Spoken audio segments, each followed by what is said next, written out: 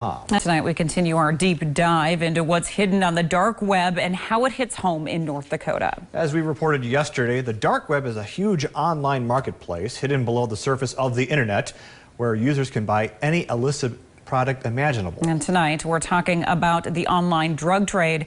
Renee Cooper joins us with more.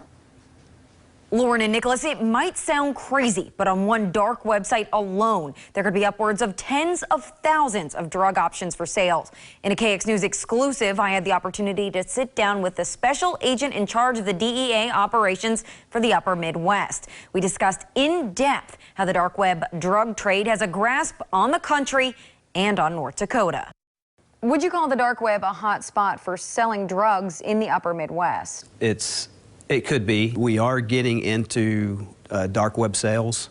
It's something that's starting, so we really don't know how bad it is. I can tell you that, we don't know. We don't know what we don't know. Richard Salter is the special agent in charge for the DEA's Omaha division, covering Iowa, Nebraska, South Dakota, Minnesota, and North Dakota. He went on to tell me the influence of drugs from the dark web is likely a lot worse than we know. At the end of the day, how many drug cases actually lead back to the dark web? I can just say it's not near probably what it should be. Do we keep statistics at all on drug cases that lead back to the dark web? I imagine. It wouldn't be hard to probably pull those statistics, but right now, no, we don't. As of October 1st, 2019, the DEA did assign a specific tracking code to all cases that involve a definite cyber component for the very first time. These include, but are not limited to, dark web cases. Since tracking began in October, the DEA has opened up 369 cyber cases across the U.S. And there's a learning curve to this for our investigators, because your traditional investigators that have come on the job in the last 10 years, they weren't really trained how to do cyber investigations. In a new era of investigation, the DEA is now working to recruit agents with backgrounds in cybersecurity and network engineering.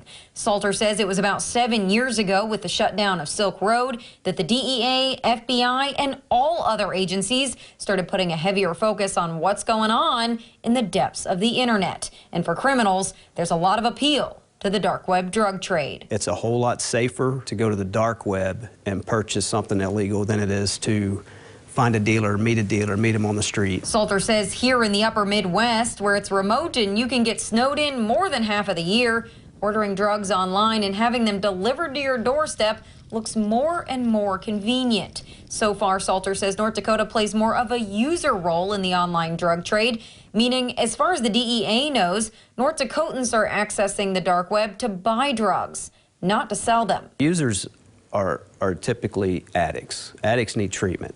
We go after the dealers. We want to take the dealers out. The hitch is, dealers are coming from all over the world, likely concentrated in Mexico. Salter says if the seller was set up with a server in the U.S., it'd be a much quicker takedown operation. It gets difficult because you need the cooperation of the host country, of their law enforcement, of their internet service providers to pin down where that server is located. Right now, Salter says the DEA is still swamped with street-level dealers, and that's still the biggest fight in North Dakota. He says tracking cyber cases just isn't mainstream yet, but it's getting there. It's not a cloak of invisibility, but it's a ski mask. Because can we get to them? Can we identify them? Yeah.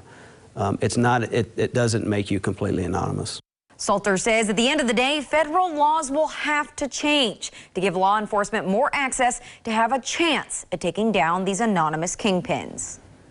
Thanks so much, Renee. And Special Agent in charge Richard Salter with the DEA Omaha Division says the agency's biggest problem right now is fake prescription pill sales. He says Mexican cartels are always looking to feed a demand in the United States, and Americans want prescription pills. The problem is the pills people are buying from the cartels are not real, and even worse, they look real. Salter says the DEA is seeing this more and more in the last few years as a direct rebound from the opioid crisis started at the doctor's office. What the agency is finding is that if someone purchased what they thought was Adderall, it's actually meth. If someone was looking for Xanax, they end up with fentanyl or a combination of heroin and fentanyl. Fake oxycodone pills are often a combination mixed with fentanyl too, and particularly for those who have never touched fentanyl, 3 to 5 micrograms or the equivalent of 5 grains of salt is lethal. We're losing the equivalent of a jetliner going down every day in this country. So a Boeing 737 crashing every day in the United States, that's how many people we're losing to overdose deaths. And he says this is the DEA's biggest concern right now across the entire country, affecting urban and rural areas alike.